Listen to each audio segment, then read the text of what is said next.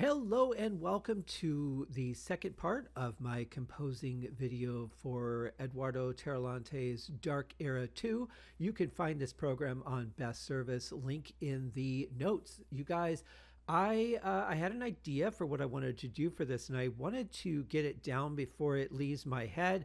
I'm not sure if it's going to work. This is completely experimental. I also don't do a lot of composing videos, so this is a little awkward for me to be vocal while I'm thinking and creating. So bear with me if you would. But really, the reason I'm recording this is because I want to show off what this library can do. Now, it is freezing cold here in Tulsa, and we are on a freeze warning. So the faucets are running. They're a little above a drip, but not quite, a heavy stream. It's just kind of a light stream to keep the pipes from freezing. I believe I can filter all of that out. Hopefully that won't get in the way. You may hear a car or two because the studio is right by the front door. Apart from that, I'm just hoping that my fingers will work well enough to work out this idea. So quick refresher before I get into the composing. Here is my patch list. This is how I keep all the sounds organized. I know what I'm using. All of these are on each individual MIDI track. I also have them listed in my DAW over here. You have the MIDI channel, and then the patch name, and then the MIDI channel and the patch name. Because the new engine is one sound per, we have individual, we have 16 individual instances of engine running one sound each. I have left the 16th. I have not picked that one out yet, but let's just give a quick run through of the sounds. That's the first one.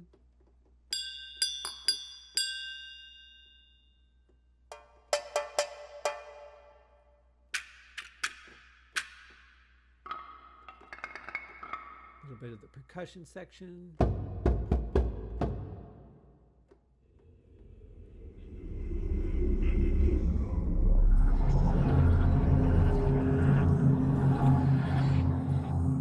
gotta have a good soundscape in there. Let's see what this one is.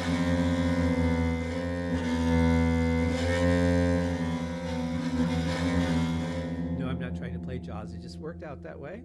Kind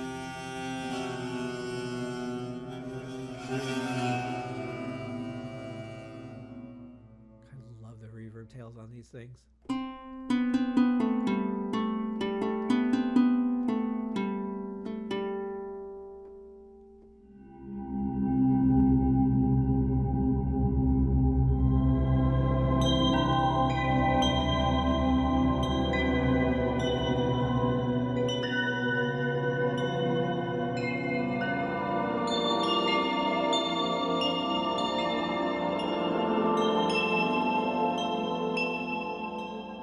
Sometimes I just get so into the sounds I forget I'm even doing anything. That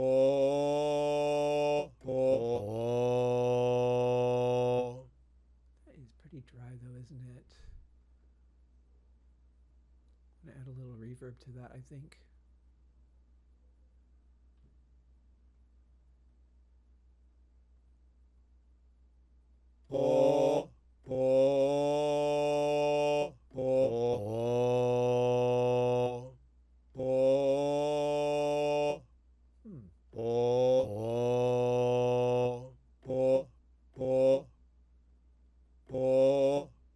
Not really getting any. It's interesting.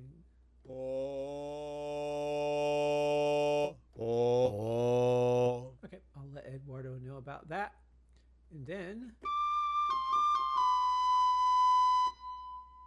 yeah, could use a little more reverb on that voice, but I can always add it after too. Then we have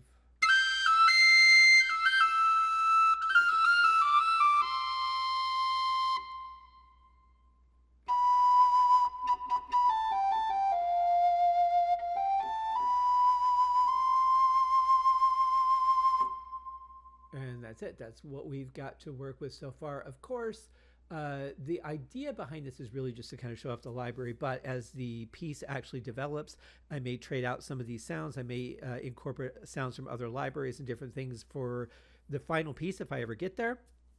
Right now, this is just kind of a sketch something to work off of. So I've set my tempo at 140 to keep things easy. I'll probably keep this in C major. It's hard enough for me to talk through my ideas because I'm not usually vocal while I compose. It's would be pretty quiet in the room except for me hitting keys and using the mouse and maybe some typing of patch names and things like that.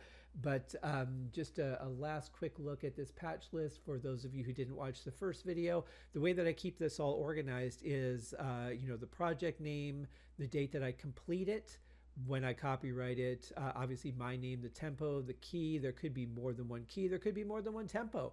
If there's more than one tempo, what I might do is like M1 to 50 equals 140.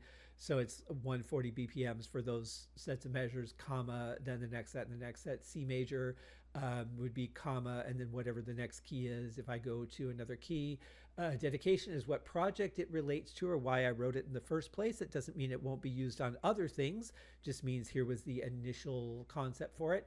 And then the time, how long the final piece is. What I typically do is I go 2 seconds of silence and then 2 seconds of silence at the end from where the last sound is heard. So it gives it a little bit of space. If you're playing, if you're doing it on a MP3 player or you put it on a CD or whatever, it just gives everything a little bit of a space to breathe in between tracks and nothing gets cut off that way. Then here, this is the MIDI channel number. So if I were to bring in another instrument, I would start over with channel 1, what the instrument is. Obviously, everything I've got in there so far is Dark Era. Then these are subdirectories. So some of them, you just go into Dark Era and there's the patch. There's no subdirectory. Here, we have a subdirectory going into this, subdirectory for sound design, and then soundscapes, and then Dark Magic is found inside that folder. So that if for some reason I ever lose the session and I have to recreate it from the MIDI file, I will know exactly how to find all of these sounds very quickly. When I first started doing this, I just thought I'd memorize where everything was, and then I'd get another instrument, and pretty soon I've got probably 100,000 sounds I've never even heard, let alone would be able to find them again if I needed them. So I find this to be very important. Then over here we have what the part is. We have percussion, soundscape, strings, plucked strings, soundscape, voice, winds, meaning like a woodwind, like a flute type instrument, not actual like nature's wind. So that's the way that I set all that up. As I've gone back to some older pieces and re-recorded those, rebounced them, chose new instruments and things like that, I found that it's very, very helpful to have these. The thing that gets a little tricky is if you change the settings on any of the patches, you may have to rework some things if you have to recreate it, but a minor inconvenience in comparison. You can always also, if you alter a patch, even a stock patch, you can always do like a save as, and then just save it as, Era 2 project, and then save that as here's my setting for this. So anyway, that being said, let's work on this. I've got a tempo set for 140. My session usually opens, I think it's, if I start from a blank session, I think it starts at 120, but I was testing tempos a little bit with my idea earlier, and I think that's really not going to work for what I wanted to do. So that being said, I think we'll start at 140. And I think what I want to start with, though, is probably my frame drum, because I want to put in like a beat, I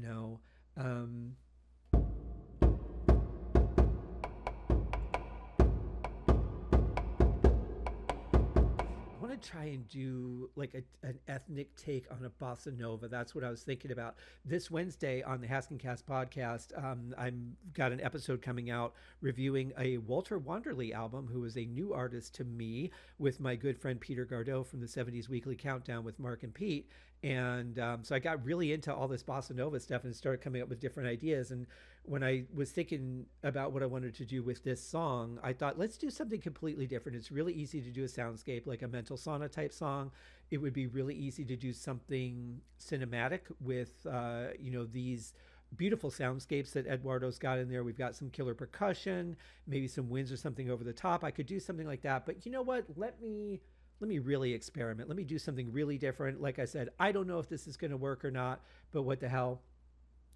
I'm just going to have some fun with this because, like I said, I don't usually record my composing sessions. I've only done it a couple of times. I find it a little awkward, to be honest. So let's just start with that, and we're going to see what happens. I always leave one blank measure at the beginning because I've had virtual instruments that sometimes they will start with a cutoff, and I don't know exactly where that comes from. If that was a cakewalk issue or the previous Sonar before BandLab bought it, but that was a problem sometimes.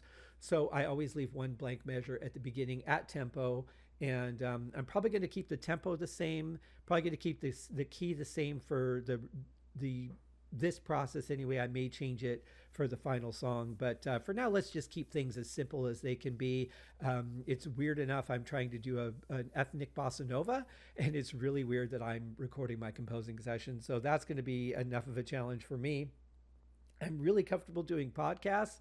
I've done over 1,100 podcasts now, but I don't normally talk while I'm composing. So it's a whole different world for me. So bear with me if that gets a little quiet from time to time.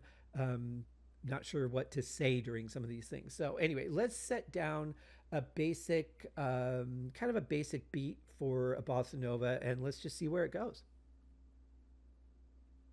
I should probably arm my track. That would help. Doesn't record anything if you don't turn it on. It also doesn't trigger the click track. By the way, what you're looking at is you're looking at the new Sonar by BandLab. I have been with Cakewalk since 90 whatever it was. Cakewalk 4.2, I think, when it was still owned by 12 Tone Systems. It was then purchased by Gibson and then by BandLab, who made some promises to us that Cakewalk by BandLab would always be free. And then they killed the product, turned it into Sonar, which was the Gibson title, and are now, they have the free version. That's what I'm working off of, but they have a paid version. You kind of have to really decide whether the features are worth the paid version or not. For the stuff that I do, I don't really think it is, except for one possible exception, but I'm just going to work around it because I've paid thousands and thousands of dollars year after year for the same program. And I mean, no shade to BandLab, but you guys promised this would always be free. So that's what happens. It's a trust issue. So let's start with the Dark Era 2 Bossa Nova, and let's see where it goes.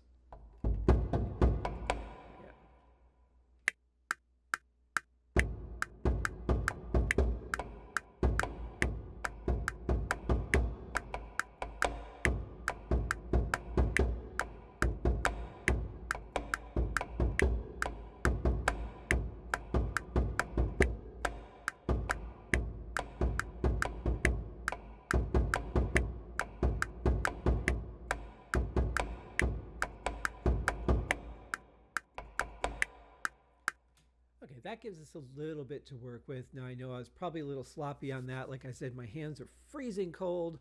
That's the way it is here on, what is it, January the 19th, 2026. Let's see what it got here.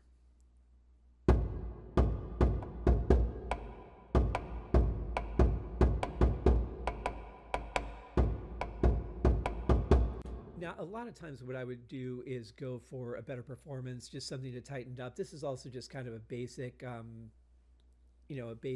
track. So let's just see, going to quantize this a little bit just so I can give a nice presentation with a quality sound. Otherwise, I would just re-record it.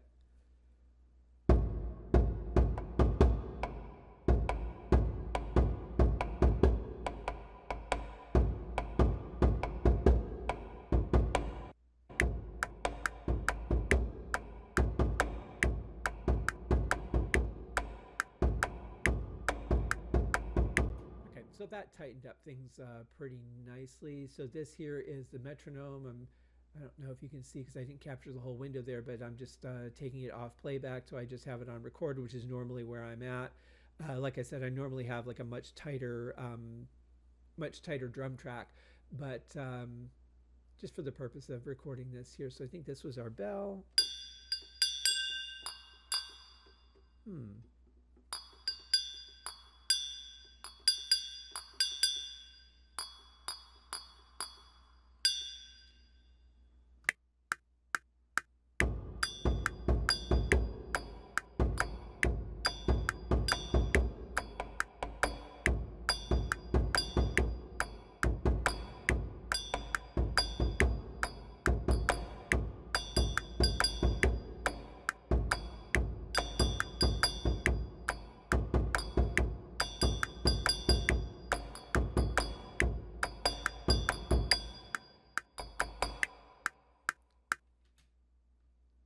Okay, not too bad.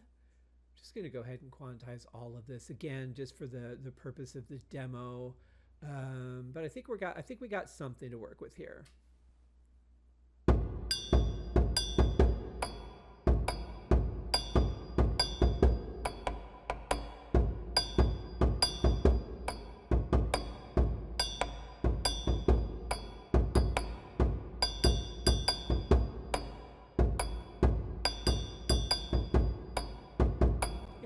We got something. So let's add a little bit of flair to this with some antlers.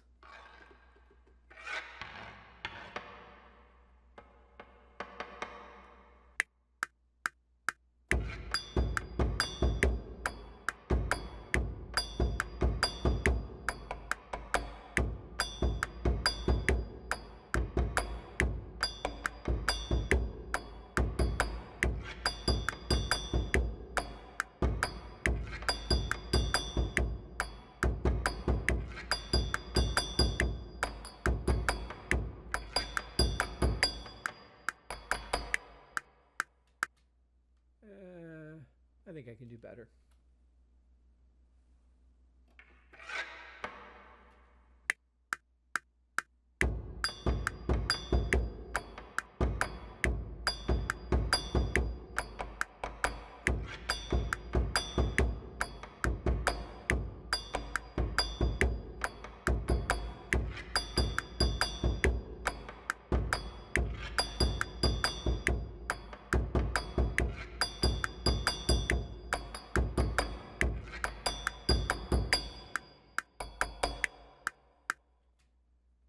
Yeah, I think that's much better.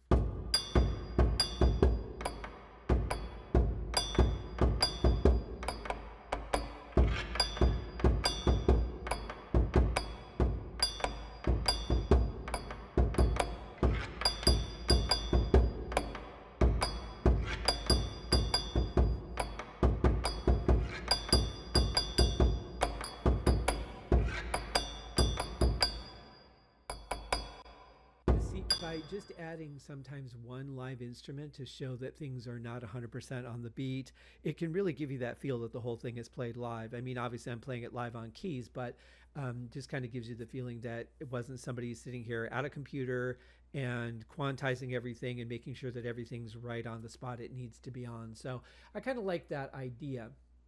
Let's see what else we have here.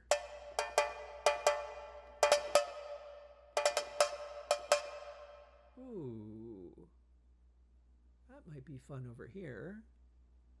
Let's see.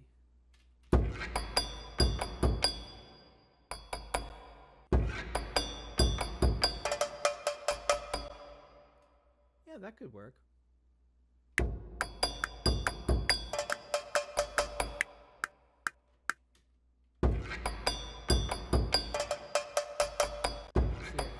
Turn off this track here, so it recorded that same data on that channel, but I don't want it there. All right, I'm going to leave that as a placeholder. I can always go back and clean that up a little later.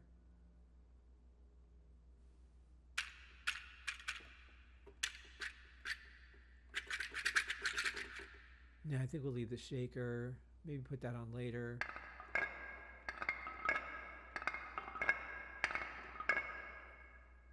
What? I like that.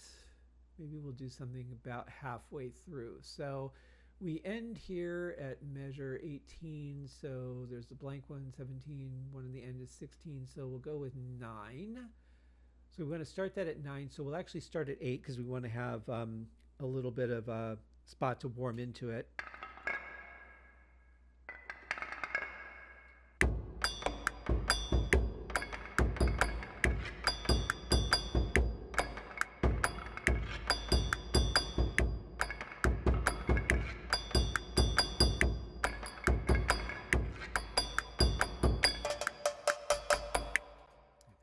Better.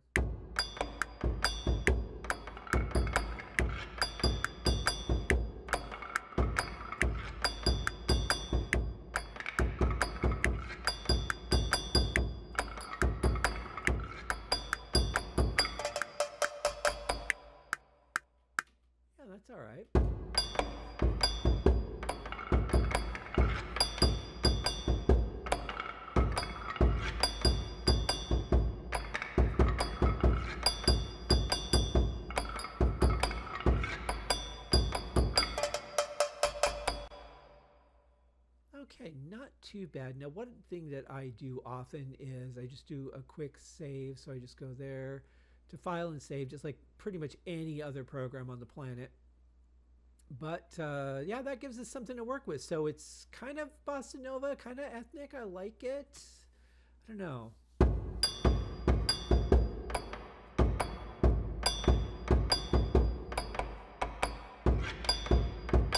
You see, one thing that I learned in the Walter Wanderley episode, and just from some clips of bossa nova, a lot of it is really, it doesn't have like that typical hi-hat beat. You're really just talking about an accent with the hi-hat pedal. So I'm gonna leave that off for now. We might do something with the shakers a bit later to compensate for that. We'll see how the rhythm sounds once we lay everything else in.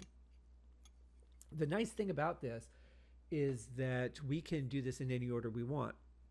I could write the entire song and then go, you know what? I don't like the percussion, and just come back and completely redo that without destroying anything else. It's very, very workable and very interchangeable. So you're basically taking the role of every instrumentalist that might be on here. And to do that, you might have to jump on different parts because it's not everybody coming together with something at one time. You are doing everything yourself. So it's okay to say, no track is ever finished until you say it's finished, you know.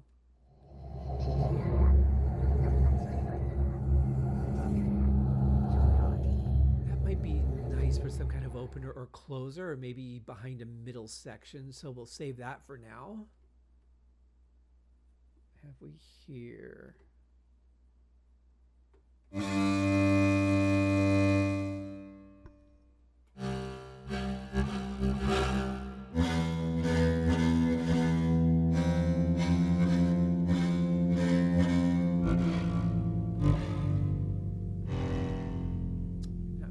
Just yet.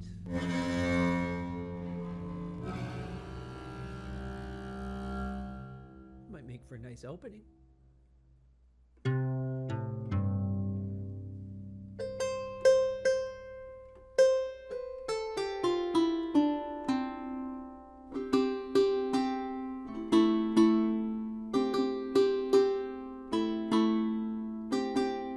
that could work. Let's see here. Nice to be able to look at this and see where the song is going, if you know it.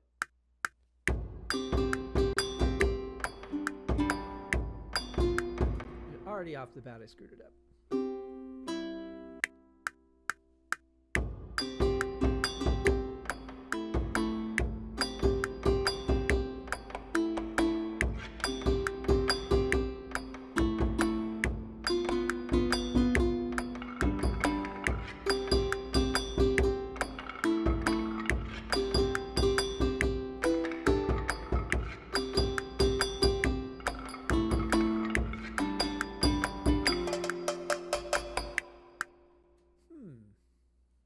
Maybe.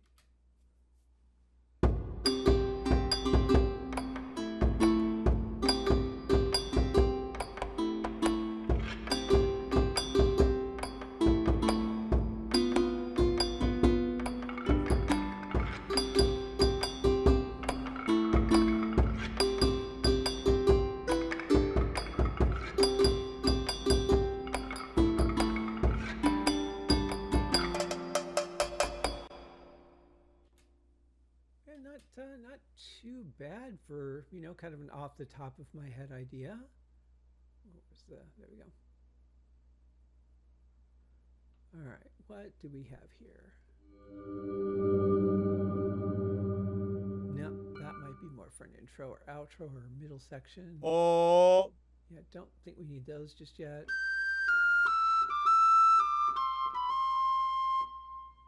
The flutes could be something.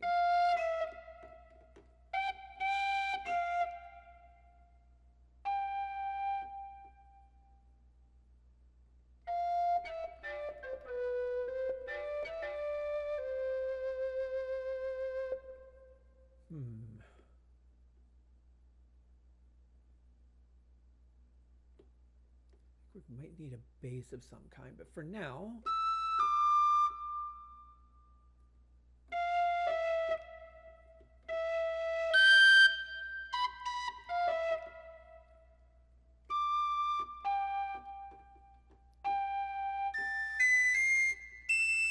lowest note, highest note. Yeah, I don't really like that frequency though. So let's see what we might have for an idea here.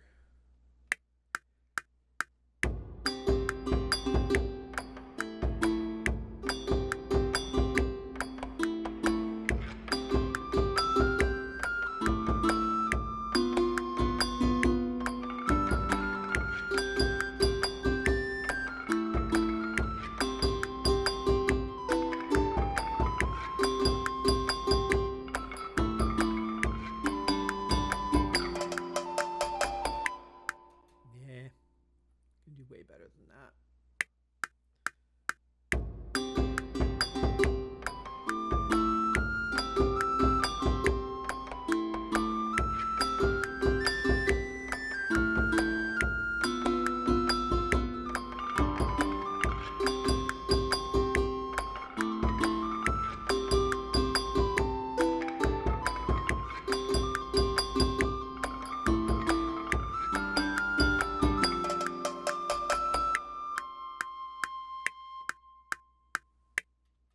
Not sure.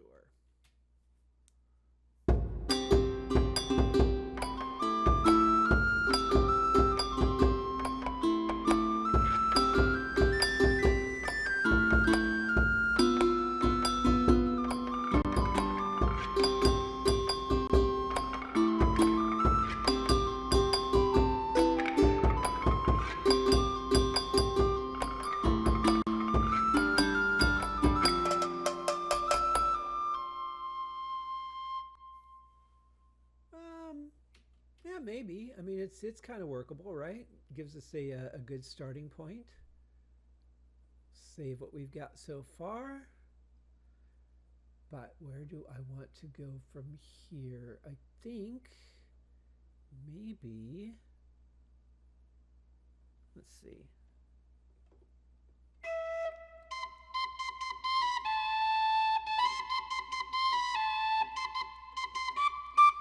Probably too similar. So let's see if we can find a sound for that bass. I think that would be the way to go. Okay, I still have to get used to this. So weight and voices, strings. Maybe a string. Oh, a plucked string. We have a plucked string. We're using the ancient lira, but let's do something different here.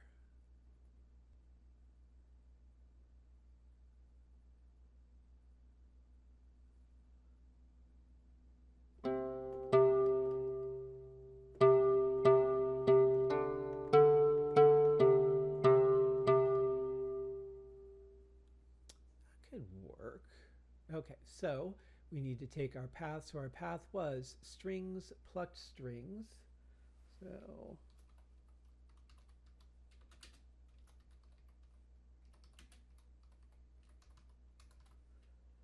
strings, plucked strings, and then I'm not going to try and pronounce that. I'll just type it.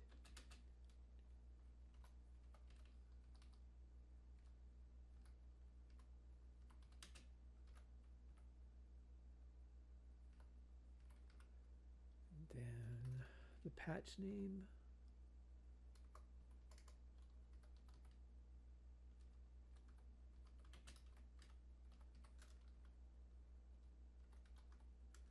Okay, so what I did here, I'll show you guys. So it is strings, plucked strings, and then the instrument file, and then the instrument name, which is the same as the instrument folder. I should say folder, not file. And it is a plucked string. So we're going to go with that. And then over here, so I know what it is, I'm going to put plucked 2. I think that will work. Let's see how that goes. So again, you also want to save the sheet, the spreadsheet, as much as you want to save the file here. So where's our lowest note? It is a C. All right, let's see how this goes.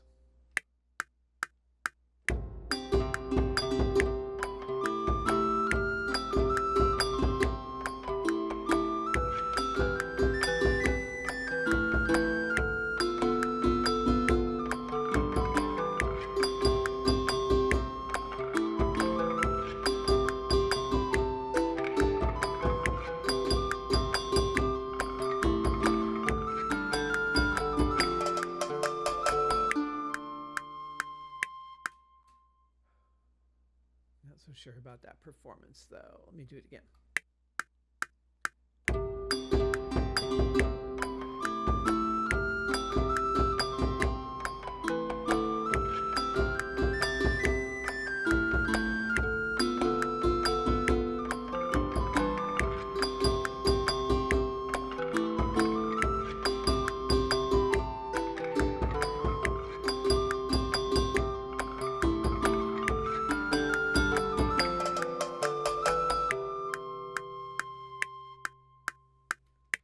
That might have worked a little bit better. Let's just throw a quick quantize on that. Just again for the purpose of keeping this clean for you guys. Well, I guess it would have helped if I would have actually done that to the right track though, wouldn't it?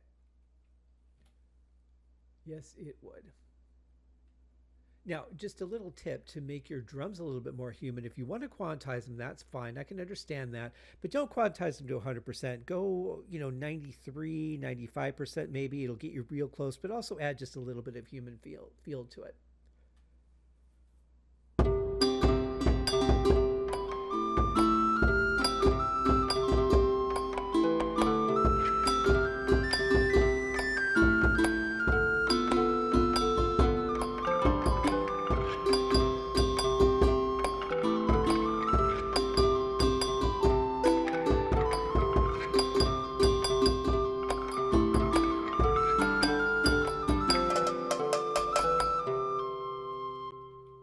Was terrible. So we're going to do it one more time.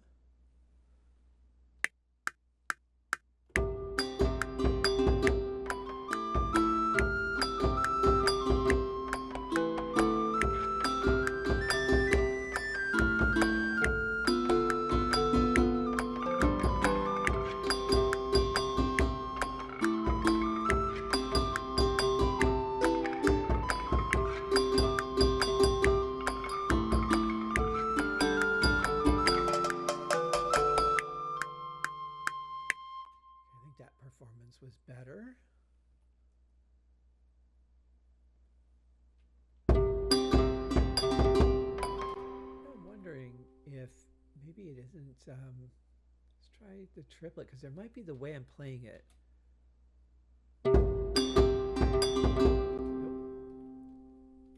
So sometimes when things don't quantize quite, too nicely, I'll actually go a little bit higher and then fine tune it. And it could be it really just needs a 16th note, but let's see.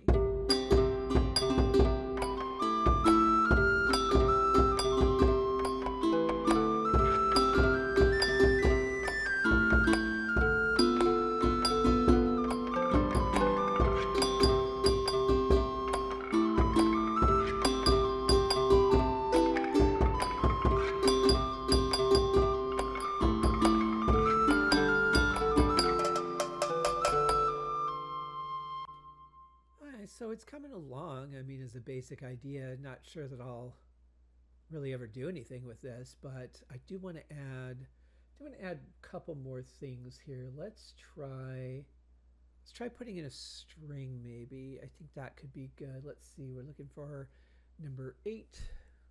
See how that sounds.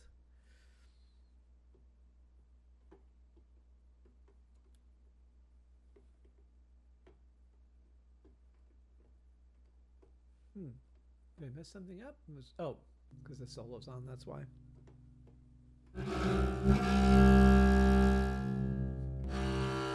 That sounds better. I think we just want it in the second half, maybe. Let's see.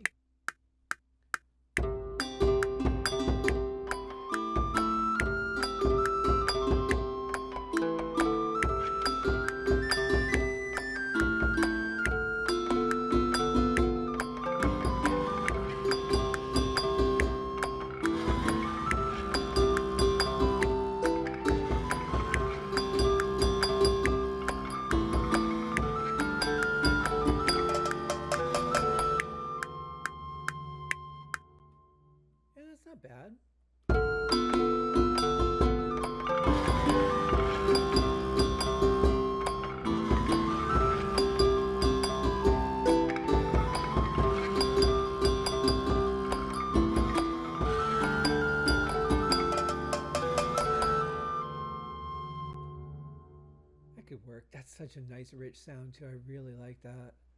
Do I want to add anything else for now? We're already about 36 minutes in. And this kind of just, I mean, really just wanted to give you an overview and just show how easy it is to work with. Um, what about what about that soundscape? Let's give that a try. It might be too much for what I'm doing, but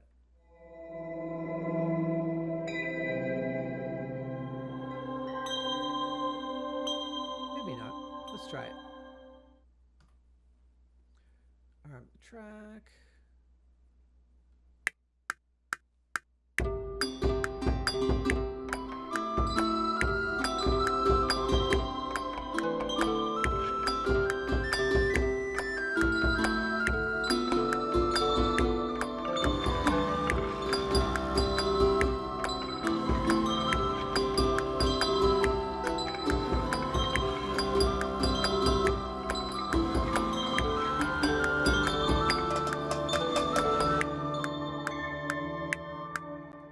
Amazing how one thing could just change the feel of the song completely.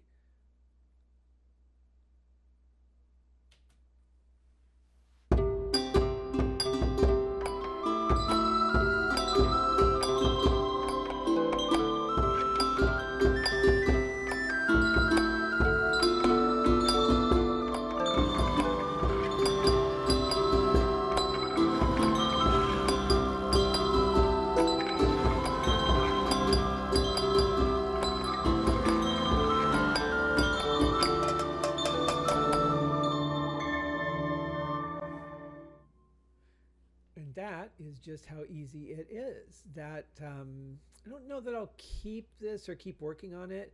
I kind of feel like I want to build this into something. I think it's got some kind of potential, but right now, um, that's basically it. Then what you would do from there is just from an engineering perspective, or as far as the production goes, you would take each track. Now, every digital audio workstation works a little bit differently, okay?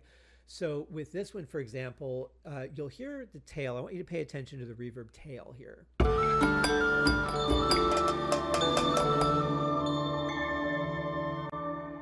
Okay, you see how that kind of got cut off? It just stopped and it went really well beyond the notes. What we want to do is to be able to capture that reverb tail, what we want to do is we want to take a track, any track, doesn't really matter, and just extend it out to where we're beyond where that reverb ends.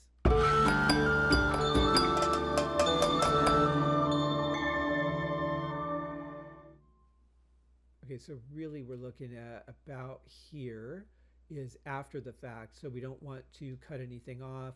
It's fine to leave a little extra space because we can always trim that at the end of the mix.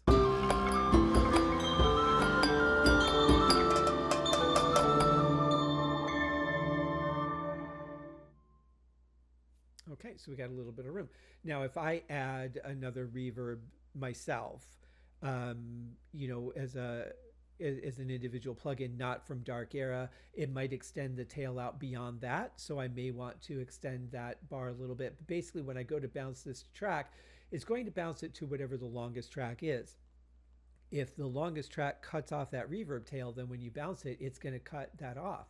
So what you want to do now is you want to mute all the tracks, and you want to open the first one, because right now all we're going to do is bounce the first track. We're going to save this really quick as well. We want to go to tracks and then bounce to track, the track that we're bouncing to, and I'll show you another way to do this really quick. So you can do it here. It's a stereo track. You can go to any of these destination tracks you want to, but what I find is the easiest thing to do is if you want to bounce it to this track, just click on that track first, then go to bounce to track, and it'll automatically put you on that track.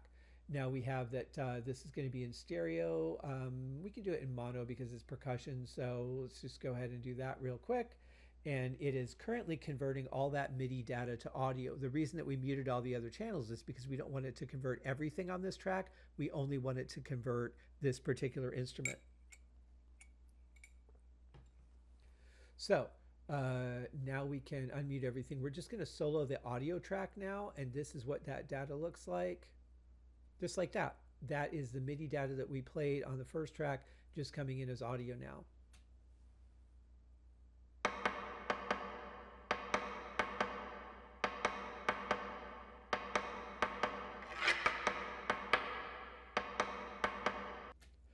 So you can see the MIDI track is showing that data. It just means it's triggering data. But since everything else is muted as this track is soloed, the only thing we're hearing is this. The other way to verify that would be to mute all the tracks and then just unmute the audio track we want to hear.